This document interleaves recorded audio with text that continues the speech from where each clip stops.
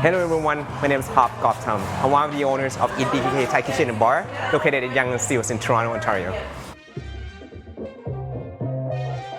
We're very happy to have received the Thai Select Award from our Thai government to showcase the quality and authenticity from the food from our Thai chefs. Here at EAT BKK, we try to source locally ingredients as much as possible, but we have to import a lot of the ingredients from Thailand, such as the Thai homely rice, riceberry rice, rice stick noodles, curry paste, and a bunch of sauces. Here at EAT BKK, we serve Thai street-style dishes, such as the regular pad Thai, pad kaprao. We also have the chicken seed, the khao yam gai seed, or chicken sap, the khao yam gai sap. If you live around North York and Markham area, we would like everyone around the area to come and try us out.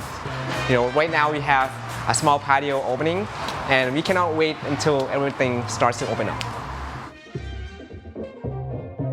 Here at EAT BKK, we follow the government rules quite strictly for the COVID-19. So we try to keep things as clean and as sanitized as much as possible.